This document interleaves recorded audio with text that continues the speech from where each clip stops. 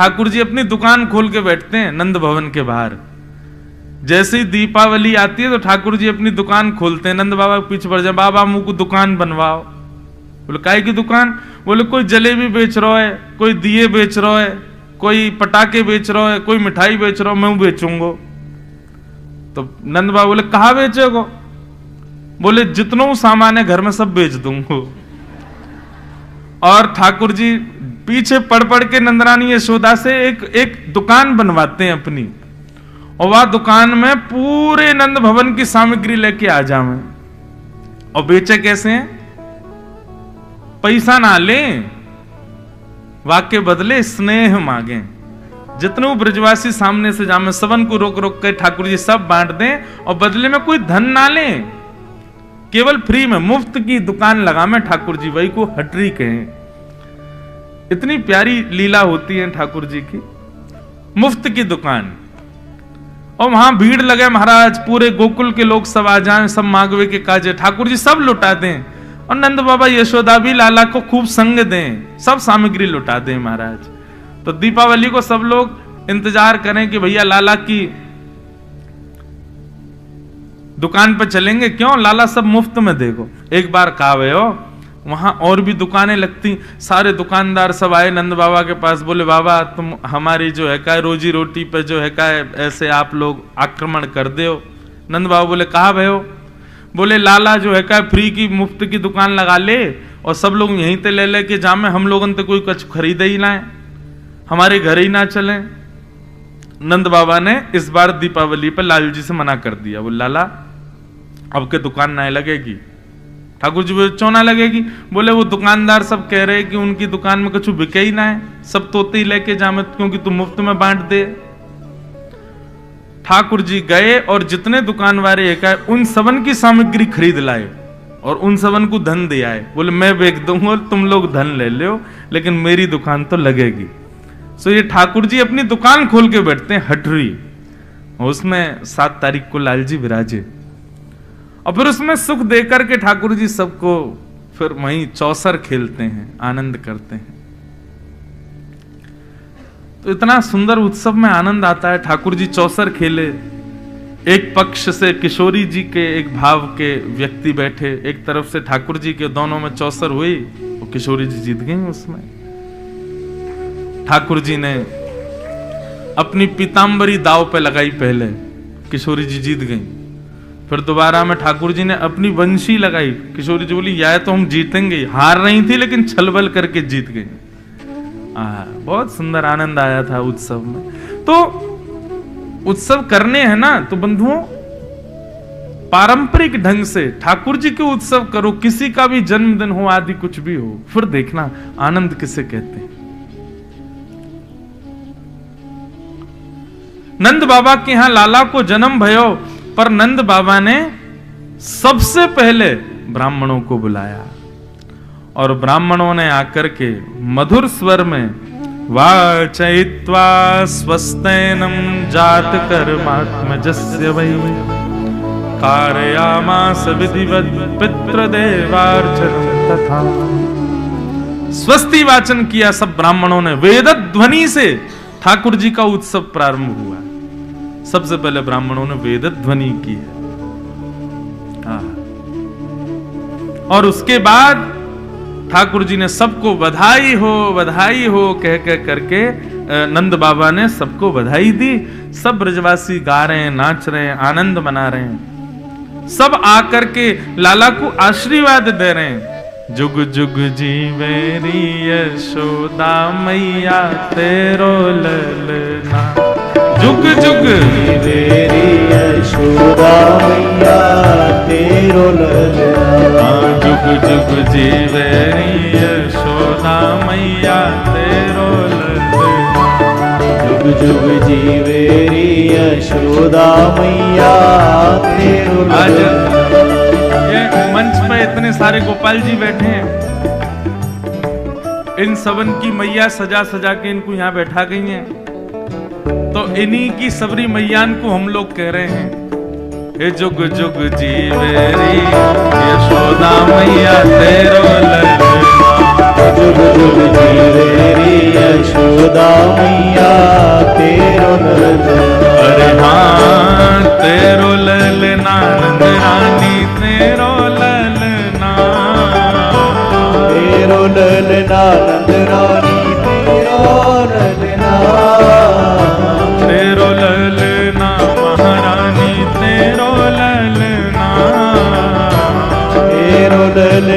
महारानी तेरो ललना। जुग जुग जीवे री यशोदा मैया तेरो ललना। जुग जीवे री यशोदा मैया तेरो ललना। जुग जुग जीवे री नंदरानी मैया तेरो ललना। जुग जुग जीवे री यशोदा मैया तेरो ललना। बड़े भाग ते यशोदा मैया ऐसो सुत तेन जायो। बड़े भाग ते यशोदा मैया ऐसो सुत तेन जायो। बड़े भाग ते यशोदा मैया ऐसो सुत तेन जायो। बड़े भाग ते यशोदा मैया ऐसो सुत तेन कैसो सुख पूर्ण ब्रह्म जगत को स्वामी सोतन गोद खिलायो। पूर्ण ब्रह्म जगत को स्वामी सोते ने गोद खिलायो। पूर्ण ब्रह्म जगत को स्वामी सोते ने गोद खिलायो। पूर्ण ब्रह्म जगत को स्वामी सोते ने गोद खिलायो। या तू मगवा दे झूलन तेरो ललना। या तू मगवा दे तेरो ललना। जुग जुग जीवे री नंदरानी मैया तेरो ललना। जीवे नंदरानी बोल नंद के लाला के बधाई हो।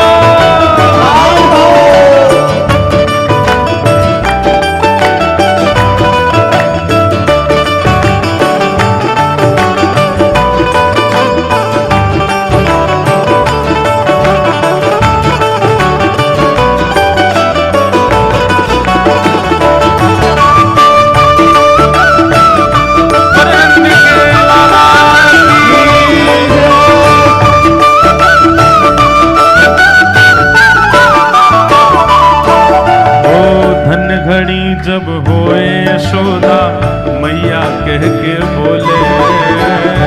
घड़ी जब होए यशोदा मैया कह के बोले।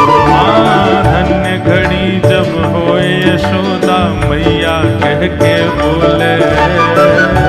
घड़ी जब होए यशोदा मैया और कह के बोले। नूपुर बांध दो चरणन में घुटमन डोले। नूपुर बांध दो चरणन में घुटमन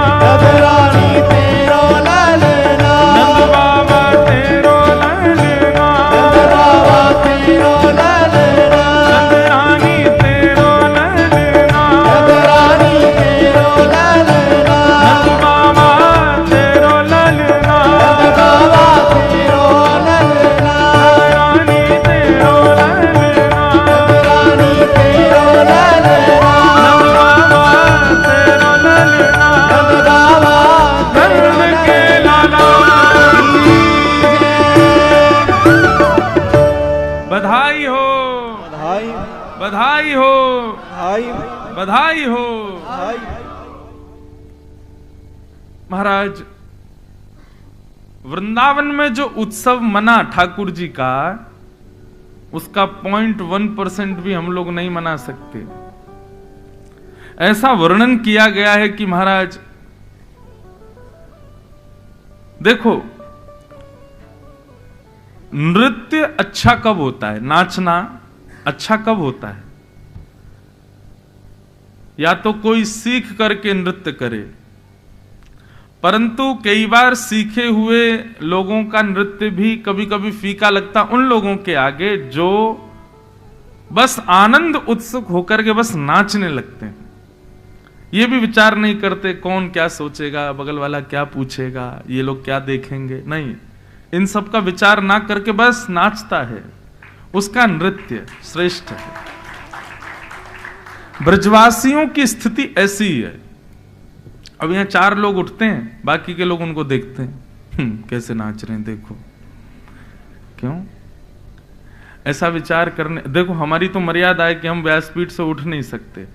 यदि हमको उठने की अनुमति मिल जाए तो आप लोग तो कुछ नहीं नाचते, हम ऐसा नाचें लाल जी के उत्सव में। तो नृत्य श्रेष्ठ कब? जब हम अभिमान शून्य हो जाएं, कौन क्या विचार करेगा। और समस्त ब्रजवासियों की स्थिति ऐसी हो गई। ब्रजवासियों को यह नहीं लग रहा है कि नंद बाबा के लाला भयो हम क्यों नाचें। अरे नहीं भैया, हमारी लाला भयो है, सब नाच रहे हैं। अवाद्यंत विचित्राणी वादित्राणी महोत्सवे। महाराज, इतना आनंद भर गया ब्रजवासियों में। कल मैं बता रहा था ना कि नंद बाबा अटारियों पर चढ़ के लुटावे और ब्रजवासी लूटे नहीं, ऐसे पकड़ करके पीछे लुटावे। मतलब नंद बाबा ने जितना लुटाया एक भी ब्रजवासी के पास नहीं गया, सब ब्रजवासियों ने भी लुटा दिया पीछे की ओर। कोई अपने पास नहीं रख रहा है। हमारी आपकी तरह नहीं दूसरे के भी छीन के भाग रहे। ये मुझे दे रहे थे महाराज जी, तूने बीच में हाथ लगा दिया, नहीं, सब एक दूसरे को बांट रहे हैं। और स्थिति ये हो गई भैया, 6 महीना तक नंद बाबा लुटाते ही रहे, लुटाते ही रहे, लुटाते ही रहे। अब तो ऐसी स्थिति हो गई कि लोगों के घर भर गए, जेब भर गई, अलमारियां भर गई, जगह ही नहीं बची, कहां रखें सामान, इतना लुटा रहे नंद बाबा। तो जितना लुटा रहे थे नंद बाबा, वो सब वृंदावन की रज में ही मिल गया। मानो रजों ने लूटा हो, वृंदावन ने लूटा हो, ब्रजधाम ने लूटा हो ठाकुर जी की बधाई को। अद्भुत, वर्णन का विषय नहीं है। भगवान कृष्ण के जन्मोत्सव के उत्सव का वर्णन नहीं किया जा सकता है। जो वर्णन यहां पर किया गया है वो समझने का विषय ही नहीं है, परे है, हमारी सोच से परे बात है। अवाद्यंत्र विचित्राणी, इसके पीछे मैं कभी कभी उदाहरण देता हूं कि भैया उत्सव चल रहा है, वाद्य बज रहे हैं, वाद्यों की अवधि होती है, 2 घंटा बजेंगे, 4 घंटे बजेंगे, 10 घंटे बज जाएंगे, 1-2 दिन बज जाएंगे, लेकिन 6 महीना तक कौन सा वाद्य बजेगा? 6 महीने तक अनवरत दिन रात वाद्य बज रहे हैं। तो भैया वाद्य तो 2-4 दिन में सब खत्म हो गए, टूट टाट गए। उसके बाद क्या बज रहे हैं? बोले विचित्र विचित्र वाद्य बज रहे हैं, थाली बज रहे हैं, कांसे बज रहे हैं, ढोल वगैरह तो बचे नहीं, तो दीवारी पीट रहे हैं लोग, जमीन ही बजा रहे हैं, एक दूसरे की कमर पे तबला बजा रहे हैं, खोपड़ी पीट रहे हैं। इस प्रकार मुंह से विचित्र विचित्र आवाज निकाल रहे हैं। अवाद्यंत्र विचित्राणी वादत्राणी महोत्सवे। बस उत्सव रुकना नहीं चाहिए। 4-4, 10-10 लोगों के झुंड बन गए और आपस में सब बैठ बैठ करके केवल बधाइयां गा रहे हैं, कान पे हाथ धर धर के, सब चारों ओर से घेर रखा है नंद भवन को। वो स्थिति विचार करते हैं, कभी सोचते हैं तो लगता है कैसी रही होगी।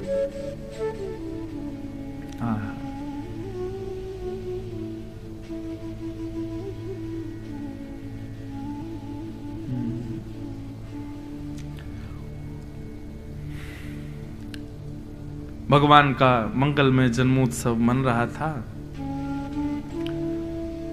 तभी कंस के द्वारा भेजी गई पहली राक्षसी पूतना का वहां आगमन हुआ। बंधुओं, पूतना ने कंस को वचन दिया था कि मैं आपके शत्रु को मार दूंगी। कैसे मारोगी? तुम्हारा रूप इतना भयानक, कैसे ढूंढोगी कहां है क्या है? पूतना ने बहुत अच्छी युक्ति बताई। 10 दिन के अंदर जितने बालकों ने जन्म लिया, मैं सब घरों में जाऊंगी, रूप बदल करके सुंदर बन के जाऊंगी। मेरे से आकृष्ट होकर के उनकी माताएं बालकों को मेरी गोद में देंगी।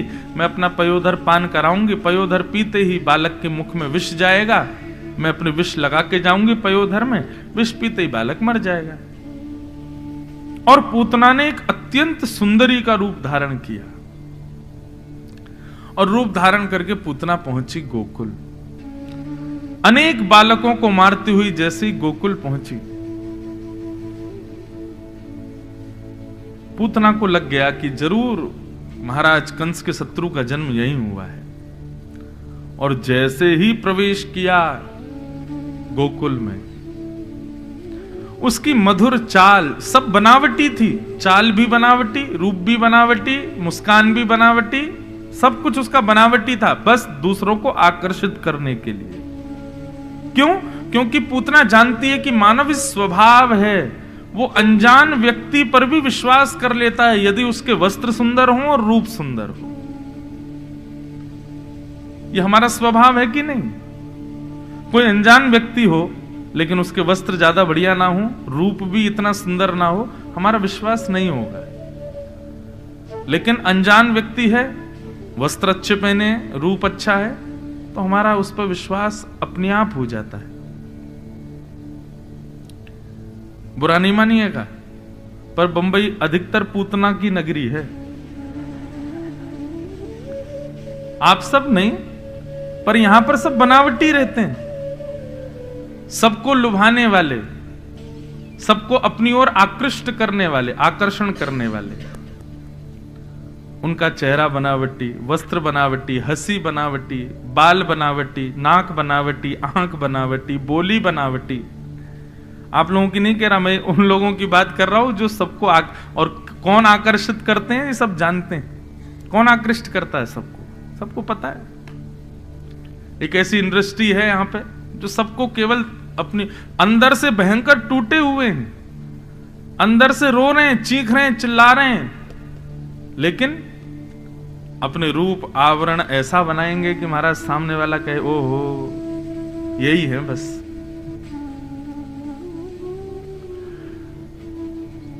तो सब बनावटी था पूतना का, कुछ भी वास्तविक नहीं था। कई बार वास्तविक रूप में आ भी जाते हैं तो लोग उनको पहचान ही नहीं पाते, ये वही है। ओहो मेरा अभिप्राय मेकअप से मत लेना आप लोग, सौंदर्य जो बाह्य लगाते हैं उससे नहीं। हम अपने विषय पे ही चलें। तो पूतना को देख के सब मोहित हो गए। पूतना को देखना तो बहुत दूर की बात है, पूतना की जो गजगामिनी चाल थी, उस चाल में भी उसके नूपुरों की जो छम छम छम, एक समय की अवधि पर आने वाली उसकी नूपुरों की जो ध्वनि थी ना, उस पर भी ग्वाले मोहित हो गए।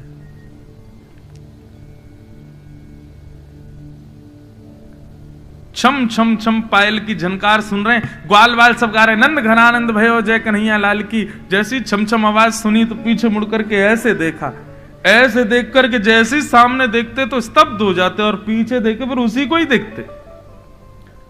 नूपुरों की ध्वनि देखो, गजगामिनी चाल देखो, इसकी मनोहर नेत्र देखो, नाक देखो, मुस्कान देखो, सब मोहित हो गए पूतना के ऊपर। कितनी सुंदर। आप कहेंगे कि पुरुष मोहित हुए होंगे ना, गोपियां भी मोहित हो गई।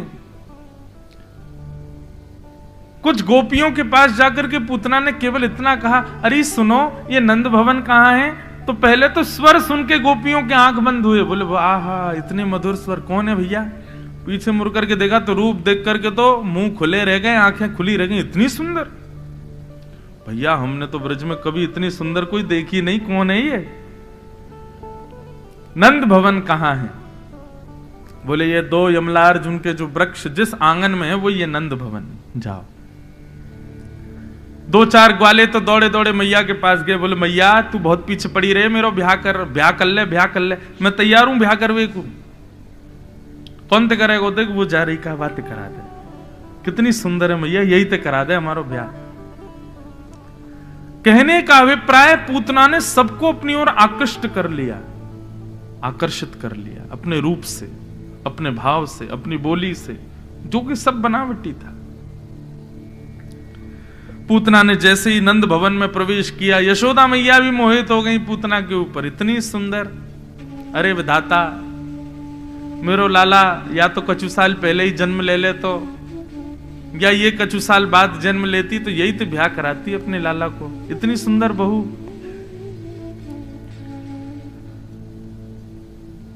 हमारा स्वभाव है बंधु, हम रूप और वस्त्र इनको प्रधानता ज्यादा देते हैं। रूप और वस्त्र को प्रधानता देने का मतलब हम व्यक्ति का प्रभाव देखते हैं, हम उसका स्वभाव नहीं देखते। और यहीं पर हम संबंधों में मात खा जाते हैं। किसी का प्रभाव रुचिकर लगे, देखो प्रभाव से ना ही ब्याह करो, प्रभाव से ना ही मित्र बनाओ, और प्रभाव से ना ही गुरु बनाओ। इन 3 चीजों में प्रभाव को प्रधानता मत देना। पहली बात, मित्र को प्रभाव देखकर नहीं बनाना। पत्नी और पति, अपना जीवन संगी, उसका भी प्रभाव मत देखना। उसके प्रभाव कैसा, वो पढ़ने में कैसा, या पढ़ाई तो बहुत दूर की बात, उसका रूप या उसका श्रृंगार या उसका जो उसके रूप आवरण है बाहर के, उस पर रीझ करके ब्याह मत करना। और तीसरा, गुरु भी प्रभाव देख करके मत बनाना। इन 3 संबंधों में स्वभाव को प्रधानता दो। मित्र किसको बनाना है? रूप भले ही नहीं है, स्वरूप भले ही नहीं, स्वभाव बहुत अच्छा है। पति या पत्नी जीवन संगी किसको बनाना? रूप भले ही इतना शोभादायी नहीं है, स्वभाव बहुत मधुर है। और गुरु भी प्रभावशाली कितने हैं ये देख करके नहीं, स्वभाव कैसा है, ठाकुर जी के प्रति प्रीति कैसी, ये देख करके बनाओ।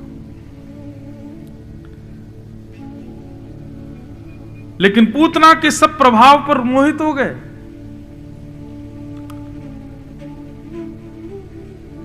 आहा, इतने में ही कुछ सखियां आई, आकर के नंदरानी को बोली कि चलो बाहर कुछ करना है, कोई पूजा करानी है लाला के लिए। तो यशोदा मैया बोली अब कैसे जाऊं, लाला तो अभी सोयो है। पूतना बोली मुझे दे जाओ। और मैया को इतना विश्वास कि यशोदा मैया ने लाला को दे दिया और चली गई। अब देखो, अब हुआ क्या, जिसके रूप पर, जिसकी चाल पर, जिसकी बोली पर, जिसके एक एक अंग पर सब मोहित हो गए, ठाकुर जी ने उसकी गोद में जाके आंखें बंद कर ली। आंख तो बंद करी ऊपर से हाथ और रख लिए यूं। 6 दिन के ठाकुर जी। क्या फायदा ऐसे प्रभाव का जिससे संसार रीझ गया लेकिन ठाकुर जी नहीं रीझे। मीराबाई को कोई फिक्र नहीं थी कि मुझसे कोई रीझे ना रीझे, मेरे श्याम सुंदर मुझसे रीझे बस। सूरदास को कोई चिंता नहीं थी कि कोई मुझे अंधा कहे, कोई मुझे नेत्रहीन कहे, कोई कुछ कहे, मेरे श्याम सुंदर मुझसे रीझे बस। तुकाराम जी, नामदेव जी, इनको किसी को चिंता नहीं थी कि संसार हमसे रीझे। नामदेव जी के विषय में तो कथा आती है कि श्री नामदेव जी का नाम ही इसीलिए नामदेव था क्योंकि वो नाम को ही सर्वधन मानते थे। एक बार नगर में कोई बहुत बड़ा दानी आया, दान करता था। किसी ने जाके कहा, बोले कि तुम नामदेव जी को दान करके दिखाओ। नामदेव जी को बुलाया तो नामदेव जी बोले, भैया देखो, ना तो हम संत हैं ना हम ब्राह्मण हैं, हमको क्या दान दोगे।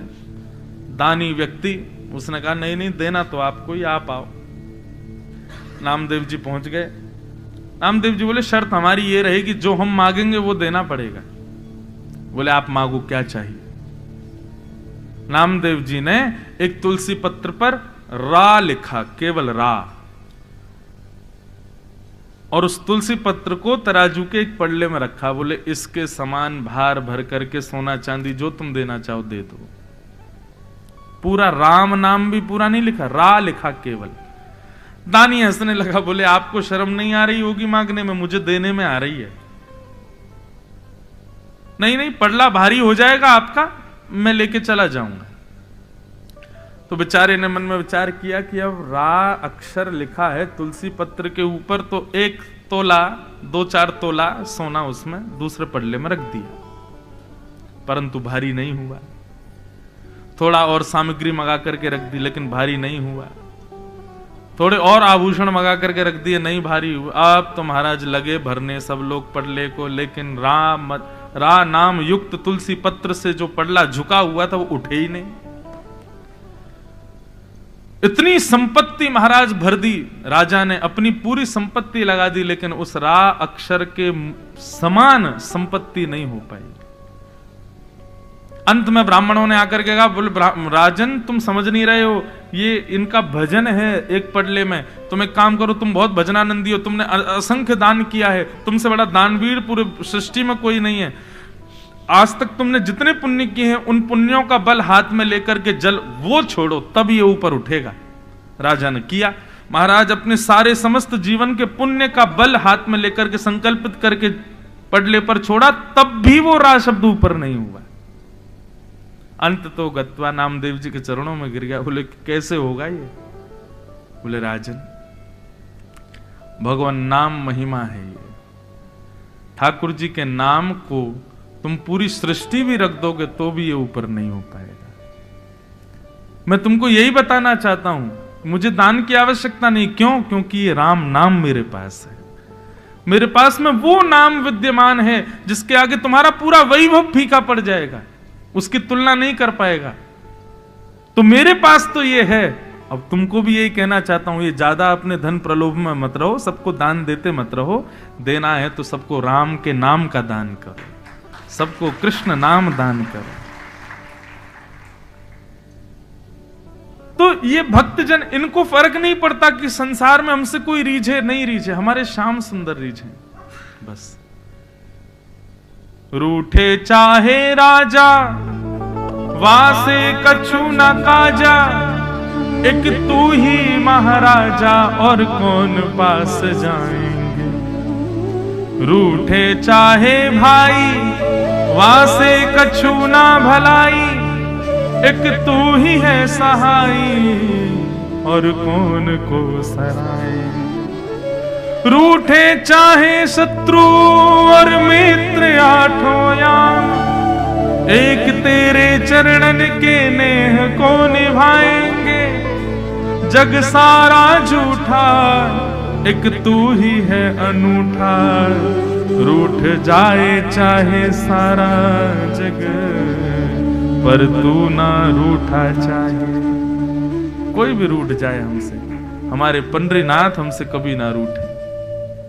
पूतना का कितना बड़ा दुर्भाग्य, कितना बड़ा दुर्भाग्य। भगवान के पास चली गई, भगवान के सन्मुख चली गई, ठाकुर जी उसकी गोद में लेटे, लेकिन फिर भी ठाकुर जी के नेत्रों की पात्र नहीं बन पाई वो। कितना बड़ा दुर्भाग्य है पूतना का। मुझसे यदि पूछा जाए कि राक्षसों में सबसे बड़ा दुर्भाग्यशाली कौन, तो पूतना है। इतना सामीप्य मिल गया उसको भगवान का, फिर भी भगवान के नेत्रों की पात्र नहीं बन पाई। बंधु, हम भक्ति क्यों करते हैं? आपके जो भी डेफिनेशन है, आपकी जो भी इच्छाएं हैं अपने पास, आप उसको सजा के रखिए, लेकिन मेरी एक बात मानिए, हम भक्ति इसीलिए करते हैं, हम वैष्णवता इसलिए अपने जीवन में ला रहे हैं, हम भागवत सुनकर के इसलिए भक्ति पथ के अनुगामी बन रहे हैं, ताकि ठाकुर जी के नेत्रों के पात्र बन सके। ठाकुर जी हमको निहारें, इसलिए हजारों लाखों लोग वृंदावन जा रहे हैं, बिहारी जी का दर्शन, राधा वल्लभ जी का दर्शन, राधा रमन जी का दर्शन। वृंदावन में आज भी सुबह की हेडलाइन थी कि कल करीब 5 से 7-8 लाख लोग थे वृंदावन में। यह विशेष बात नहीं है कि वृंदावन में 10 लाख लोग आ रहे हैं, यह विशेष बात है कि 10 लाखों में बिहारी जी किसको निहार रहे हैं, बिहारी जी की दृष्टि किस पे पड़ रही है। श्री राधारमन लाल जी को कौन, राधारमन लाल जी किसको देख रहे हैं? सब राधारमन जी को देख रहे हैं, ये बड़ी बात नहीं, उनकी दृष्टि किस पर पड़ रही है, ये बड़ी बात है।